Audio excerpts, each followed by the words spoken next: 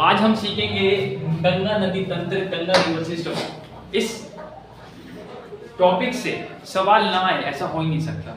SSC हो, UPSC हो या कोई भी आपके सरकारी बैंक के एग्जाम हो या कोई भी एग्जाम्स क्यों ना हो, गवर्नमेंट एग्जाम्स में ऐसा एक सवाल आना ही आना है। इस टॉपिक से सवाल आने का मतलब है ये टॉपिक हमारे लिए बहुत ही क्रूशियल हो जाता है। इसलिए आज हम इसको समझेंगे और सीखेंगे कि कहाँ कहाँ से कौन सी नदी किस प्लेस पे आकर मिलती है। यहाँ पे बस थोड़ी सी बातें इंपॉर्टेंट है कि नदियों के नाम याद रखने, जो छोटी छोटी नदियाँ हैं और वो कहाँ पर आकर अलकनंदा नदी से मिल रही है और कहाँ से गंगा नदी शुरू हो जाती है। तो हम सिर्फ आज जो है गंगा नदी का उद्गम इस वीडियो में बातचीत करने वाले हैं। तो देखिए, सबसे शुरुआत के अंदर सबसे पहले अलकनंदा नदी की शुरुआत होती है यहाँ से इस तरह, ठीक है। ये जो नदी मैंने बनाई है ये है आपकी अलकनंदा नदी, ठीक है। मैं यहाँ लिख देता हूँ अलकनंदा नदी, ये अलकनंदा नदी है।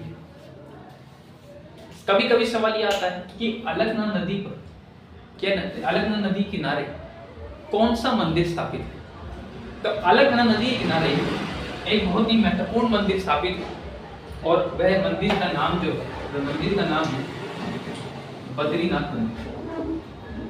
बद्रीनाथ मंदिर, बद्रीनाथ मंदिर। बद्रीनाथ मंदिर किस नदी के किनारे है, ऐसे सवाल पूछे गए हैं, टीसीएस ने बहुत बार पूछे हैं। तो बद्रीनाथ मंदिर अलकनंदा नदी के किनारे है। अब आपका क्वेश्चन है,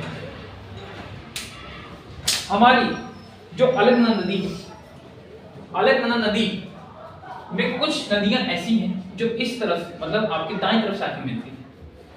पहली नदी है यहाँ पर कहीं ना कहीं नंदाकिनी, नंदाकिनी, नंदाकिनी। नंदाकिनी नदी कहीं ना कहीं नंदा देवी के पर्वतों से निकलती है और ये थोड़ी बहुत चलकर अलकनंदा नदी में मिल जाती है। जिस पॉइंट पे नंदाकिनी नदी कहीं ना कहीं अलकनंदा नदी से मिल रही है, उस पॉइंट को क्या कहते हैं उसका हम डिस्कस करेंगे। पहले हम सारी नदियां डिस्कस कर लेंगे, फिर उसको डिस्कस करेंगे। दूसरी नदी, जो अगली नदी जो कहीं ना कहीं यहीं से निकल रही है, वो है पिंडार नदी। पिंडार नदी, पिंडार नदी, पिंडार नदी।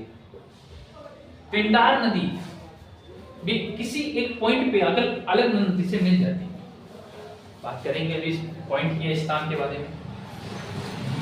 एक नदी ऐसी है जो बहुत ही इंपॉर्टेंट है और कहीं ना कहीं कहीं ना कहीं कहीं ना कहीं यहाँ से आकर वो मिल रही है, कहीं ना कहीं यहाँ से आकर वो मिल रही है और इस नदी का नाम है मंदाकिनी नदी। मंदाकिनी। एक सवाल बहुत आता है मंदाकिनी नदी पर कि मंदाकिनी नदी के किनारे कौन सा मंदिर स्थापित है। तो आप कहेंगे मंदाकिनी नदी के किनारे कहीं ना कहीं, मंदाकिनी नदी के किनारे कहीं ना कहीं केदारनाथ मंदिर स्थापित है। केदारनाथ बहुत पॉपुलर रहता है मंदिर और आजकल जितने भी कहीं ना कहीं इन्फ्लुएंसर हैं वो यहाँ पे आपको ज़्यादा मिल जाएंगे केदारनाथ मंदिर के अंदर। कहीं ना कहीं इसकी जो हिंदू मान्यता है वो भी बहुत ही ज़्यादा उच्च और बहुत ही ज़्यादा धार्मिक मानी जाती है। इसलिए यहाँ पे लोगों का कहीं ना कहीं एक सपना होता है कि हमें जाके दर्शन करने हैं, है ना। आप में इसके जिसका सपना है कि केदारनाथ मंदिर आप जाना चाहते हैं, कमेंट में बताइएगा आप जरूर, ठीक है। आगे बढ़ते हैं। एक नदी यहाँ से और आती है आपकी दाईं तरफ से कुछ इस तरह और इस नदी का नाम है धौली गंगा। धौली गंगा, धौली गंगा, ठीक है। धौली गंगा, ठीक है। धौली गंगा की बात करेंगे किस पॉइंट पर आगे मिल रही है, ठीक है। अभी हम इस पॉइंट्स, सारे पॉइंट्स के बारे में अभी हम बात करने वाले हैं।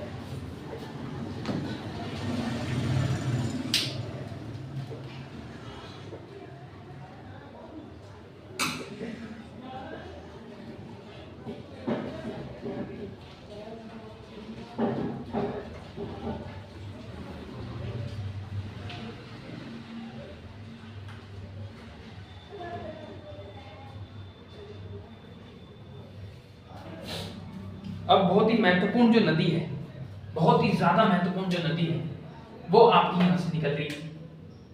कुछ इस तरह से, और अलकनंदा में मिल जाएगी। और इस नदी का कहीं ना कहीं इतनी महत्वपूर्ण नदी है ये कि इसका नाम तो आपको पता होना ही चाहिए। इसका नाम है भागीरथी नदी।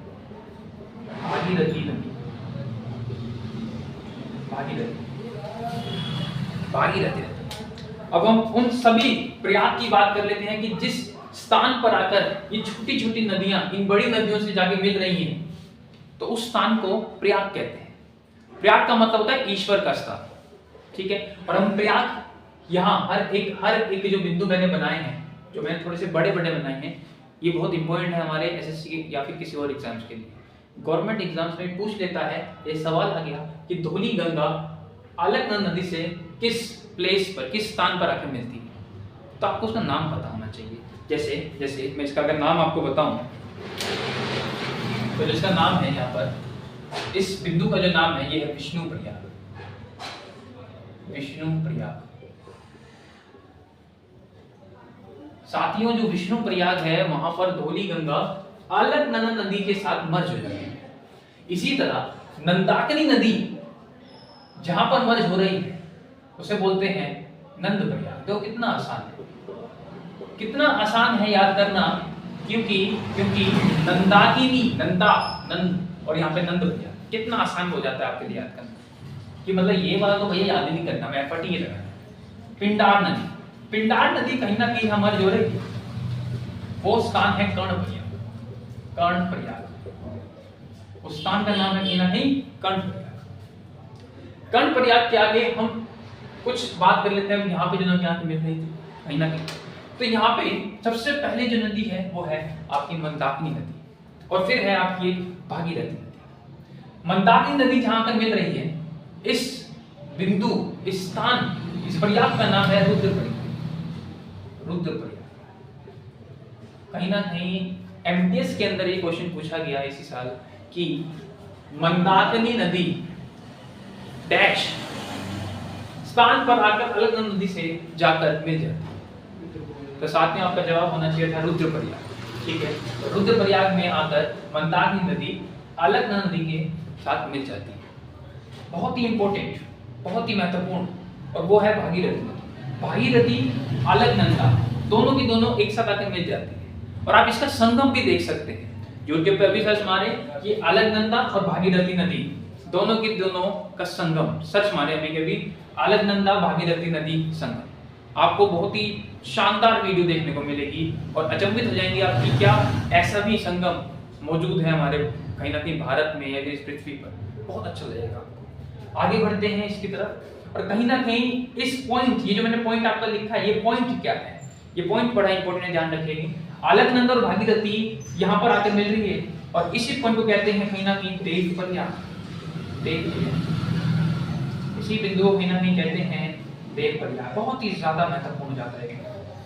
और मैं ऐसा बार बार क्यों बोल रहा हूँ, क्योंकि इसी स्थान से, इसी बिंदु से जो दोनों की दोनों अलकनंदा और आपकी भागीरथी नदी मिलकर बह रही है, अब उस नदी का नाम पड़ जाता है गंगा। उस नदी का नाम पड़ जाता है अब गंगा, गंगा नदी। बात समझ आ रही है? बात समझ पा रहे हैं? ठीक है, एक बार जल्दी से हम रिवाइज करेंगे, बहुत ही छोटे उसमें। देखिए, धौली गंगा विष्णु प्रयाग में आकर अलकनंदा से मिल जाती है।